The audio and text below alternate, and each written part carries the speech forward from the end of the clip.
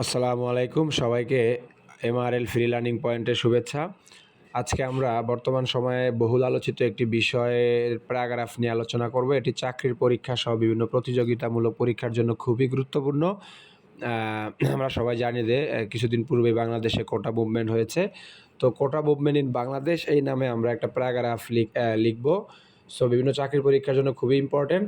তো বিষয় হচ্ছে আমি এখানে বলে রাখি আগেই যে প্যারাগ্রাফটার প্রতিটা বাক্যের আমি বাংলা অর্থসহ দিয়ে দিয়েছি যাতে পড়তে সুবিধা হয়। যদিও তোমরা সবগুলো ইংরেজি বাক্যকে একসাথে করে নেবে, কারণ প্যারাগ্রাফ কিন্তু একটা প্যারায় লিখতে হয়, ঠিক আছে? আলাদা করে প্যারা দেওয়ার সুযোগ নেই, এটা মনে রাখবে। তো যাই হোক, আমি শুরু করছি। দেখো, the recent quota movement in Bangladesh was a significant event driven by students who were unhappy with the government's job quota system. Bangla অর্থ: বাংলাদেশে সাম্প্রতিক কোটা আন্দোলন ছিল একটি গুরুত্বপূর্ণ ঘটনা যা ছাত্রদের দ্বারা চালিত হয়েছিল, যারা সরকারের চাকরির কোটা ব্যবস্থার প্রতি অসন্তুষ্ট ছিল। মূলত তারাই কিন্তু আন্দোলনটা করেছে।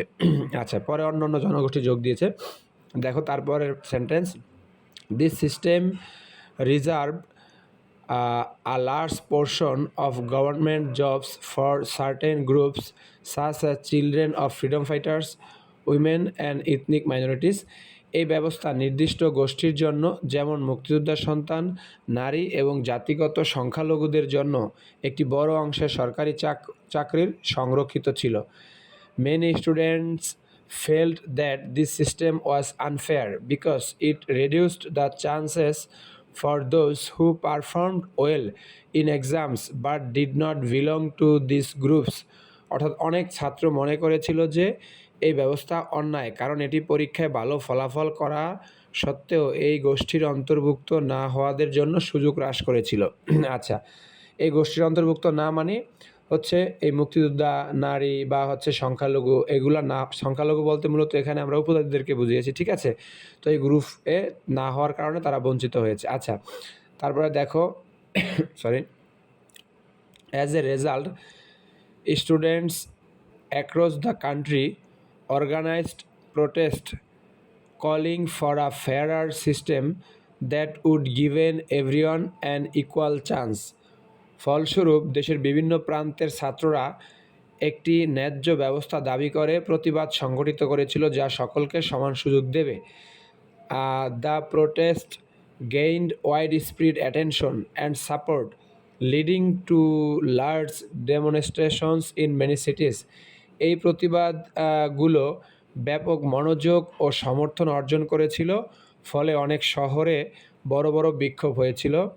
The government eventually responded to the growing pressure by agreeing to review and change the quota system. ক্রমবর্ধমান চাপের প্রতিক্রিয়ায় সরকার অবশেষে কোটা ব্যবস্থার পর্যালোচনা এবং পরিবর্তনের প্রতিশ্রুতি দিয়েছিল। তো আরও কিছু বাক্য আছে, সেগুলো বলার পূর্বে আমি তোমাদেরকে বলে নেই যে তোমরা যারা এখনও আমার channel MRL free learning point subscribe করোনি, তোমরা সাবস্ক্রাইব করে নেবে এবং ভালো লাগলে লাইক, কমেন্ট এবং শেয়ার দিয়ে আমাকে উৎসাহিত করবে। আর অন্য কোনো টপিক নিয়ে প্যারাগ্রাফ বা অন্য কোনো ভিডিও চাইলে আমাকে জানাবে, ইংরেজি, বাংলা বা সাধারণ জ্ঞানের উপরে। আমি নিজেও অন্য বিষয়গুলো দিয়ে রাখবো, তো সেজন্য প্রয়োজনীয় যেগুলো গুরুত্বপূর্ণ রিসেন্ট, সেজন্য তোমরা চ্যানেলটি সাবস্ক্রাইব করে রাখবে। দেখো পরের বাক্যতে যাচ্ছি আমরা। This movement highlighted the power of student activism and how collective efforts can bring about important changes in society.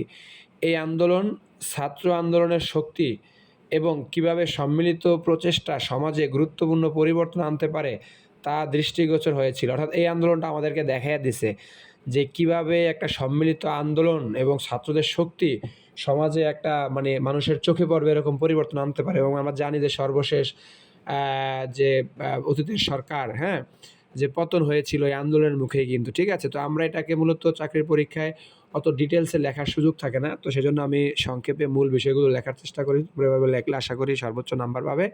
তো সবাইকে ধৈর্য ধরে ভিডিওটা দেখার জন্য ধন্যবাদ জানিয়ে আমি আজকের মতো এখানে শেষ করছি। আল্লাহ হাফেজ।